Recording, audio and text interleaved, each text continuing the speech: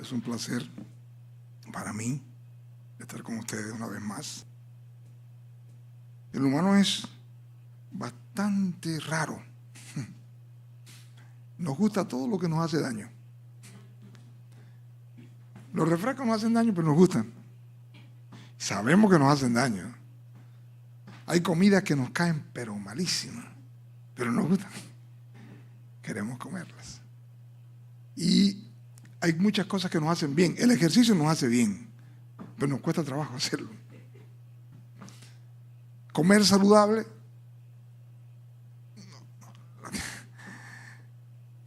Dicen que el sustituto del azúcar, que han comido cosas con azúcar, el sustituto del azúcar. No hay sustituto para el azúcar. La azúcar es mala, pero nos gusta.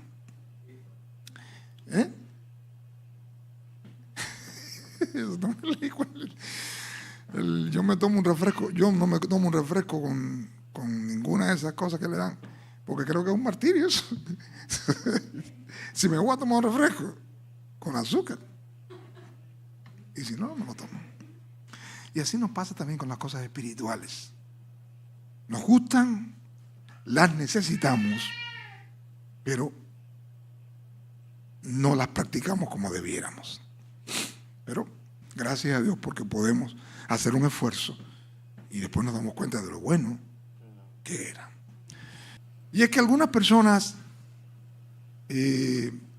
tal vez no tienen claro exactamente para qué vienen a la iglesia. Y el tema que les traigo hoy se llama la salvación, porque es el tema que vamos a tratar este año en la escuela sabática, la salvación. La escritura la encontramos en el libro de Mateo, capítulo 1, versículos 20 y 21, donde leemos de la siguiente manera. Pensando él en esto, un ángel del Señor se le apareció en sueño y le dijo: José, hijo de David, no temas recibir a María tu mujer, porque lo que en ella es engendrado del Espíritu Santo es. Dará a luz un hijo y le pondrá por nombre Jesús, porque él salvará a su pueblo de sus pecados. La salvación. Jesús vino al mundo para salvarnos. Ese es su propósito, salvarnos. La palabra salvación es un término de nuestra lengua que tiene su origen etimológico en el vocablo latino salvatio. Se trata del acto y resultado de salvar o salvarnos. Este verbo, por su parte, refiere a ubicar algo o alguien resguardado. Cuando hablamos de salvación, hablamos de protección, de resguardo, de un lugar donde no me pase algo. También es para evadir un riesgo o excluir una cosa de lo que se hace con otra. ¿Okay? Pero nosotros entendemos la salvación, y es la que vamos a hablar, de la vida después de la muerte. En casi todas las culturas del mundo hay una creencia en que hay algo después de la muerte. Por ejemplo, los egipcios creían que el espíritu de los difuntos era conducido por un dios llamado Anubis, ¿no?, hacia el lugar del juicio. En la sala de las dos verdades, el corazón del muerto, que era el símbolo de la moralidad del difunto, se pesaba contra una pluma. Y si pesaba bien, entonces el muerto se iba para un lugar favorable, un paraíso, que iba a estar con Osiris. Esta era la idea de los egipcios. Los griegos son los que creen en la inmortalidad del alma. Y esto se ha pasado a nuestra cultura. La Biblia no habla de la inmortalidad del alma, pero los griegos creían en la inmortalidad del alma. Y como esta cultura griega, esto permeó mucho lo lo que es las diferentes culturas y el mundo. Y nuestra Biblia se escribió en griego y el Evangelio se predicó en griego. Entonces esta doctrina un poco se metió en la mente. Los griegos creen que el alma tenía que pasar por un proceso de purificación. La persona se moría y había un proceso de purificación, en el cual podía incluso reencarnar en animales. A veces creía que para purificarse tenía que convertirse en gato, o qué sé yo, en perro, en lobo, en un animal. Había que hacer un proceso para lograr vivir en el mundo de las almas. Los filósofos griegos, inclusive Platón, enseñaba que el cuerpo físico, que era el cuerpo físico el que moría, pero el alma no.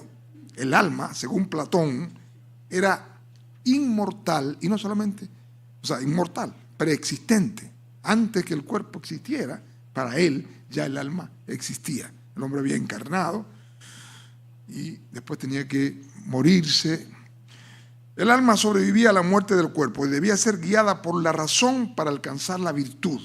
Él creía que los hombres debían, por eso, estudiar, educarse, enseñarse, para alcanzar virtudes que les permitieran vivir en el mundo de las almas en una contemplación profunda de lo que es la verdad. Nosotros no creemos en la inmortalidad del alma. La Biblia no dice eso, no nos enseña eso. Los romanos creían que cuando la persona se moría se iban para un inframundo. Era un inframundo que estaba situado bajo la tierra y lo rodeaban dos ríos, el Aqueronte y el Estigio. Y para llegar al lugar había que subirse en una barca.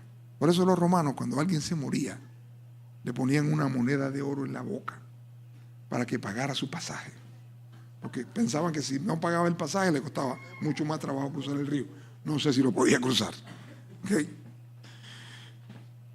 La Biblia, repito, la Biblia no dice que el hombre fue creado inmortal. No dice eso. Pero sí dice que en el huerto del Edén estaba el árbol de ciencia del bien y del mal, y también estaba el árbol de vida. Había una sola prohibición: comer del árbol de ciencia del bien y del mal. El hombre podía comer del árbol de la vida, y el árbol de la vida representaba a Cristo. El hombre no quiso comer porque él siempre, y esto es una cosa importante que lo tengamos claro, siempre tendremos libre albedrío. Nosotros decidimos lo que queremos hacer. Es nuestra decisión. Son nuestros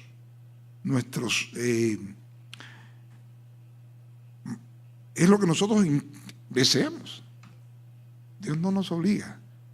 Dios no nos obliga. A veces nosotros creemos que es mejor prohibirle muchas cosas a la gente. Y de hecho la Biblia prohíbe muchas cosas. La Biblia tiene ¿cuántos mandamientos que prohíbe? Me parece que 8 mandamientos de los 10 comienzan con no. Son prohibiciones. Pero hay muchas cosas que la Biblia no las prohíbe. Simplemente te aconseja que no lo hagas. Si lo haces, vas a tener problemas. ¿Ok? Muy bien. En Romanos 5:12, la Biblia nos explica de la siguiente manera: como el pecado entró en el mundo por un hombre y por el pecado la muerte, que aunque el hombre no fue hecho inmortal, pero sí podía hacerse inmortal. ¿Qué tenía que hacer? Comer del árbol de la vida, simplemente. Así que no comió. Entonces, el pecado entró en el mundo por un hombre. Y por el pecado, la muerte. Y la muerte así pasó a todos los hombres, pues que todos pecaron. ¿Ok? Entonces,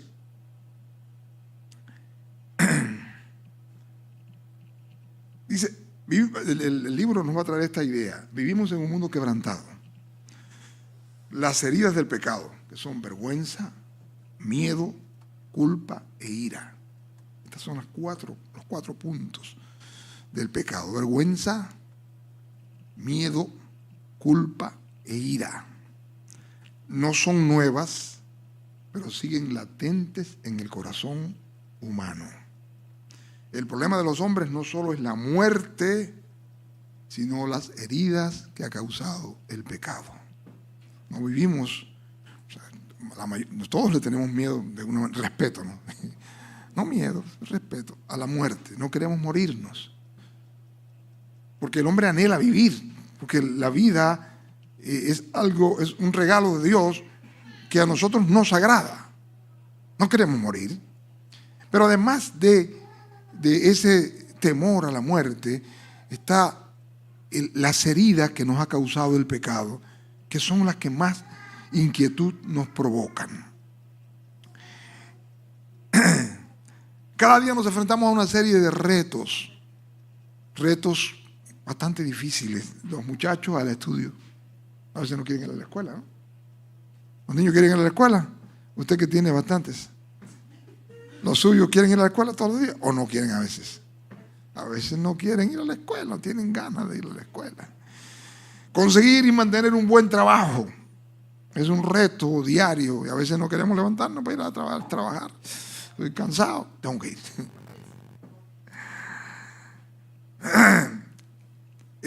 Complacer a nuestros jefes, que no es fácil. No es sencillo, porque ellos quieren ponernos cada día más carga, más y más trabajo y para complacerlo es difícil. Luchar contra las enfermedades. Muchas de estas enfermedades son producidas por el propio trabajo, que no es saludable y nos enferma. A veces muchas horas, a veces tenemos que trabajar 14 horas todos los días para poder subsistir, pero eso también nos enferma. Mantener a nuestra familia unida y satisfecha, porque a veces está unida pero no está satisfecha. A veces cuando llegamos a la casa nos encontramos con una cara larga y enojada, y a veces no queremos ni llegar a la casa porque es complicado.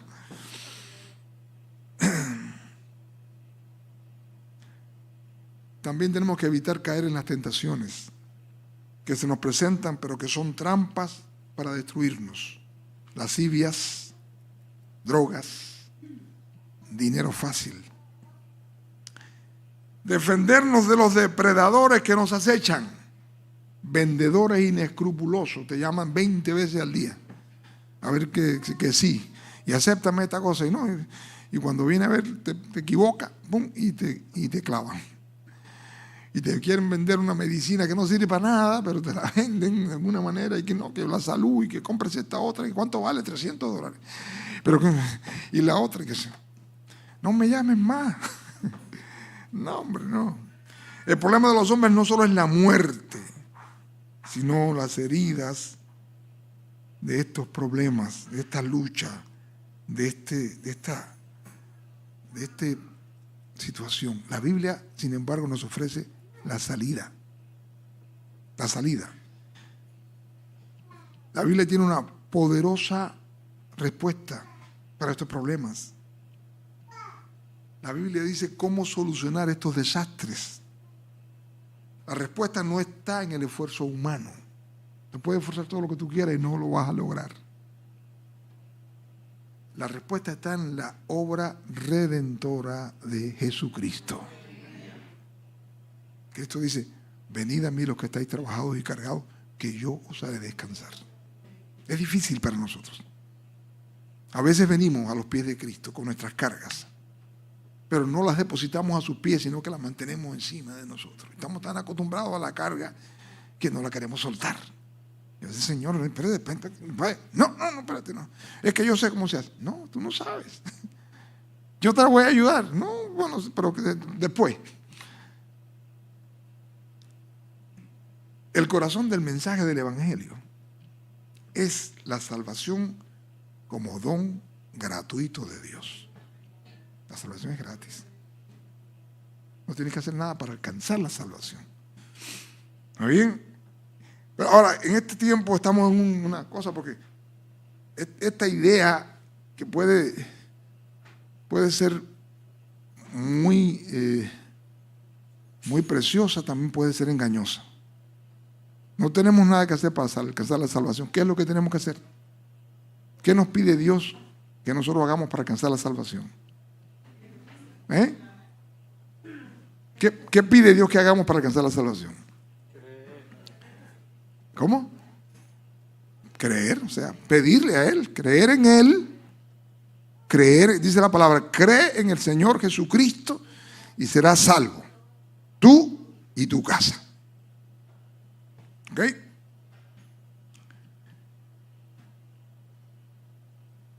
El amor de Dios es el fundamento de la salvación. O sea, Dios quiere salvarnos, porque nosotros somos criaturas de Dios. Dios nos hizo con amor y Él quiere salvarnos. La fe en Cristo nos justifica delante de Dios. Y no hay ningún otro camino para ser salvos. No existen otros caminos, no hay otras sendas. No es que, bueno, aquel a lo mejor está diciendo una cosa que puede ser, no. Tú puedes probarlo, puedes probar lo que tú quieras, pero la palabra de Dios dice que en ningún otro hay salvación, porque no hay otro nombre dado a los hombres debajo del cielo en el cual podamos ser salvos. Ahora bien, dice la palabra, porque de tal manera amó Dios al mundo, que ha dado a su Hijo unigénito, para que todo aquel que en Él cree no se pierda, mas tenga vida eterna. Porque no envió Dios a su Hijo al mundo para que condene al mundo, sino para que el mundo sea salvo por Él. Y Jesús dice, yo soy el camino, la verdad y la vida. Nadie viene al Padre si no es por mí. Así que la salvación es un regalo, pero debemos llenar ciertos requisitos para alcanzar ese regalo. Es como en el mundo, es muy, muy común. Por ejemplo, todos, qué sé yo, todos los que nacieron después antes del 60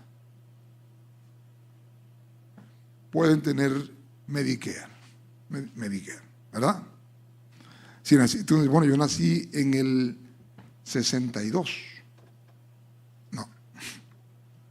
No. Eso, ahora los que nacieron antes del 60 tienen Medicare. Todo tiene un requisito, no es que, no, ya, está bien para mí. No, bueno, sí, pero hay requisitos. Y esos requisitos tenemos que entenderlos. La palabra de Dios está muy clara en eso. Entonces, ¿qué tengo que hacer para ser salvo?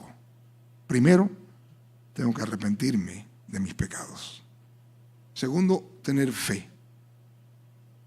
Tercero, confesar con sinceridad delante de Dios. Cuarto, nacer de nuevo. Y quinto, manifestar evidencia de que soy salvo. Primero, el más fácil que es el primero, me arrepiento. El problema es que te arrepientas sinceramente. Porque a veces uno se arrepiente, pero piensa volver a hacerlo. Ese arrepentimiento no es válido. Segundo, tener fe. ¿Y cómo puedo alcanzar fe? La fe es un don de Dios. Dios te lo da. Es pedirle a Él. Pídeselo. A veces uno, no sé, cree que las cosas con Dios tienen que ser diferentes. O sea, yo le pido ahora y me lo tiene que dar ya. ¿No? Pues, por ejemplo, te pide la residencia y Él no se la dan a veces rápido. Se demora. A veces le toca rápido, a veces no. Pero ¿qué usted hace? No me la dieron, entonces ya me enojé con el gobierno. Ya, no importa. No, pide otra vez, está pidiendo. Si usted quiere fe, pida. Pida. Porque la fe es un don de Dios. Ahora, este es el punto. Sea sincero. ¿Qué pasó con Adán y Eva cuando se encontraron con Dios? Cuando Dios les dijo, ¿dónde estás? Y le digo, tuve miedo porque estaba desnudo. ¿Y quién te enseñó que estaba desnudo? Y enseguida, la mujer que me diste por compañera. Ese no fui yo. Eso no fui yo. Yo no me arrepiento, sinceramente. O sea, me arrepiento, pero no tanto, porque yo no tuve la culpa. La culpa la tuvo la mujercita esta que me dije. Cuando Dios le dice, ¿tú qué has hecho? La serpiente. Esa no es culpa mía. Tú creaste la serpiente y la serpiente me engañó. el arrepentimiento tiene que ser sincero. Nadie le puso una pistola en el pecho a Adán, porque ni habían pistola en esa época. Entonces, Adán no le tenía miedo a Eva. Entonces, hay algunos que dicen, no, que el hombre pecó por amor, dicen algunos. ¿Ustedes han escuchado? Porque tenía miedo de quedarse solo. Y a veces se busca otras Evas, no sé. Entonces, si tanto miedo le tenía que quedarse solo, ¿por qué está floreando tanto a veces? No tiene nada que ver eso. Es nuestra decisión. Y tiene que ser sincero. Ahora el nacer de nuevo es un proceso, es un camino. Venimos al Señor, tenemos que ir creciendo y necesitamos nacer de nuevo. El que nace, el que viene a Cristo, el que es nacido de Cristo, nueva criatura es. Las cosas viejas pasaron, dice la palabra, todas son hechas nuevas. Y manifestar evidencia, este es el punto tal vez más crucial, porque debemos estar claros si somos salvos o no. Ahora hay varias preguntas tal vez que nos hacemos. ¿Cómo lograr un arrepentimiento genuino? ¿Cómo alcanzar una fe verdadera? Comprendo las implicaciones del nuevo nacimiento. Todo esto son cosas que no lo puedo yo decir en 5 minutos ahora, pero les invito a que vengan a la escuela sabática, porque ahí se va a desarrollar ampliamente estos temas. ¿Cuál es el propósito de la salvación? ¿Son necesarias las obras? ¿Qué lugar ocupa la adoración? Hay un montón de personas que creen que lo único que hay que hacer es adorar. Y hay otros que creen que lo único que hay que hacer es venir el sábado por la mañana. Y el sábado por la mañana ya, cumplí con Dios. No, esto no es así. Esto es un proceso mucho más largo, más amplio. ¿Ok? ¿Y qué función cumple la iglesia? Hay unos que dicen que son de la iglesia, porque vienen a la iglesia, disfrutan del calorcito de la iglesia, en invierno, disfrutan de todo lo que hay en la iglesia, no dan nada para la iglesia, que lo mío es mío y lo de la iglesia también es mío. Pero eso no es la función. ¿Ok?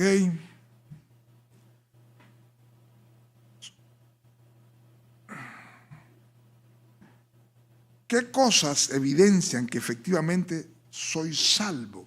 ¿Y qué papel tiene la santificación? ¿Han pensado en esto? ¿Ustedes son santos? ¿Sí o no? ¿Son salvos? A ver, levanten la mano los que son salvos. Ok. Ya, el Señor nos ha dicho que somos salvos, por gracia. Ahora, depende ahora de lo que hagamos después, ¿no? Eso sí depende. Dice la palabra en Romanos capítulo 8, versículos 1 y 2. Ahora pues, ninguna condenación hay para los que están en Cristo Jesús, los que no andan conforme a la carne, sino conforme al Espíritu. Porque la ley del Espíritu de vida en Cristo Jesús me ha librado de la ley del pecado y de la muerte. Salvos, por gracia. Y en Gálatas capítulo 5, versículos 19 y 20 nos dice así: manifiestas son las obras de la carne, que son adulterio, fornicación, inmundicia, lujuria, idolatría, hechicerías, enemistades, pleitos, celos, iras, contiendas, divisiones, herejías, envidias, homicidios, borracheras, orgías y cosas semejantes a estas. En cuanto a esto os advierto, como ya os he dicho antes, que los que practican tales cosas no heredarán el reino de Dios. Si estás haciendo esas cosas, no eres salvo. Para ser salvo tienes que ser libre de estas cosas. Vivir en el Espíritu y no en la carne. A veces vivimos medio que en el espíritu. A veces tenemos, tal vez no nos emborrachamos, tal vez no hacemos banqueteos, tal vez no hacemos orgías, pero tenemos envidias. Y me cae mal, me cae mal.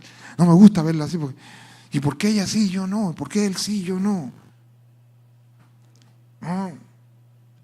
A lo mejor no somos ni adúlteros, ni fornicarios, ni tenemos mucha inmundicia, ni lujuria, pero tenemos enemistades, tenemos pleitos, tenemos iras, tenemos contiendas. Y estos pecados son iguales que los otros. No vaya a creer que estos son más chiquitos ni más. No. Los pecados son todos pecados delante de Dios. Pero el fruto del Espíritu, y esto es lo que nos evidencia la salvación. El fruto del Espíritu es amor, gozo, paz, paciencia, benignidad, bondad, fe, mansedumbre y templanza. Contra estas cosas no hay ley. Gloria a Dios. Y hay un par de versículos que deberíamos tenerlo claro, porque alguna gente dice, no, el Dios del Antiguo Testamento no es igual que el Dios del Nuevo Testamento. No, porque en el Antiguo Testamento era todo muerte y en el Nuevo Testamento es todo salvación. No es así. Cristo dice así. Entonces el rey dirá, esto está en Mateo 25, 34. Entonces el rey dirá a los de su derecha, venid, benditos de mi Padre, a heredar el reino preparado para vosotros desde la fundación del mundo. Porque tuve hambre y me disteis de comer. Tuve sed y me disteis de beber. Fui huésped y me recogisteis. Desnudo y en la cárcel y vinisteis a mí. Y también le dirá a los que están a la izquierda, apartaos, malditos al fuego eterno, preparado para el diablo y sus ángeles. Porque tuve hambre y no me disteis de comer. Tuve sed y no me disteis de beber. Fui huésped y no me recogisteis. Estuve enfermo y en la cárcel y no vinisteis a mí. ¿Ok? Entonces, y esto se llama el fruto. O sea, no una vez que somos salvos, tenemos que comenzar a dar fruto. Hay personas que dicen que son salvos y han pasado toda la vida iguales. Han venido, se bautizaron, listo, y siguen igual, con los mismos problemas. Siguen con enemistades, con pleitos, con fenómenos, siempre están débiles, nunca entienden nada, siempre están murmurando, siempre hay un problema. Usted le habla y nunca le dice nada bueno. ¿Por qué? Porque el fruto del Espíritu no está en ellos. Y esto hay que buscarlo permanentemente, el fruto del Espíritu. Con la ayuda de Dios lo podemos lograr. Hay un pensamiento que dice así: no hay cosa más hermosa ante los ojos de Dios que perdonar. Perdonar. Siempre perdonar. Perdonar las ofensas, aunque éstas nos rasguen las entrañas y nos amarguen el corazón. En ese momento terrible, por favor, no hablar. Guárdese un profundo silencio. Muérdase los labios. Porque si al impulso frenético de rebeldía se cede, cuánta hiel verterá el pobre corazón, cuánta palidez cubrirá el rostro, cuánto fulgor de cólera en la sangre y frío petrificante en el alma. Húyase de situación tan torturante, arrójese en los maternales brazos de la soledad y en su silencio amoroso llore. Llorar mucho y perdonar. Cristianos, tenemos que ir aprendiendo. Y esto es lo que evidencia que eres salvo. Cristo dijo, por sus frutos los conoceréis. La santificación. La santificación es un proceso continuo mediante el cual el creyente es transformado a la imagen de Cristo. Pablo dijo, con Cristo estoy juntamente crucificado. Y vivo, no ya yo, mas vive Cristo en mí. No ocurre de forma inmediata ni espontánea. sino que se desarrolla gradualmente bajo dos influencias espirituales. ¿Cuáles son las influencias espirituales para poder alcanzar la santificación? Vivir bajo un estado de gracia, o sea, ponernos a cuentas con Dios mediante el perdón de nuestros pecados continuamente. Tú pecaste, tienes que arrepentirte. El Señor te perdona. La palabra de Dios dice, ¿cuántas veces perdonaré a mi hermano que pecare contra mí? 7 veces, preguntó Pedro. No te digo que 7, sino 70 veces 7. Y así mismo nos perdona Dios. Cada vez que pecamos, Él nos perdona. Pero tenemos que arrepentirnos. Tenemos que reconocer que pecamos. Tenemos que venir ante sus plantas con humillados, pidiendo el perdón de verdad. No diciendo, no, mira, Señor, el problema es que, imagínate, se me presentó, tenía hambre y estaba esa cosa ahí, me lo tuve que robar. No, me lo robé. Si me lo robé, tengo que pedir perdón. No robes. No, que me enojé pero no me enojé por gusto. Es un fresco el individuo, pesado, molesto, y me tengo que enojar. ¿Qué voy a hacer? Bueno, arrepiéntete y pídele perdón después, te enojaste. Y pídele perdón. No, que bueno, ya yo me arrepentí con Dios y yo no te digo nada a ti. No, tienes que arrepentirte. Y dice el Señor, si trajeres tu presente al altar y allí te acordares de que tu hermano tiene algo contra ti, deja allí tu presente delante del altar y vete. Vuelve primero en amistad con tu hermano y entonces ven y ofrece tu presente. Dice Corintios 7:1, así que hermanos, puesto que tenemos tales promesas, limpiémonos de toda contaminación de carne y de espíritu, perfeccionando la santidad en el temor de Dios. Yo sé que es posible para nosotros hacerlo, pero lo vamos a lograr mejor cuando lo entendamos mejor. Y un cristiano no es cristiano de la noche a la mañana. Un cristiano tiene que formarse. Y el Señor nos va a ayudar y usar para que seamos verdaderamente salvos. Dios les bendiga.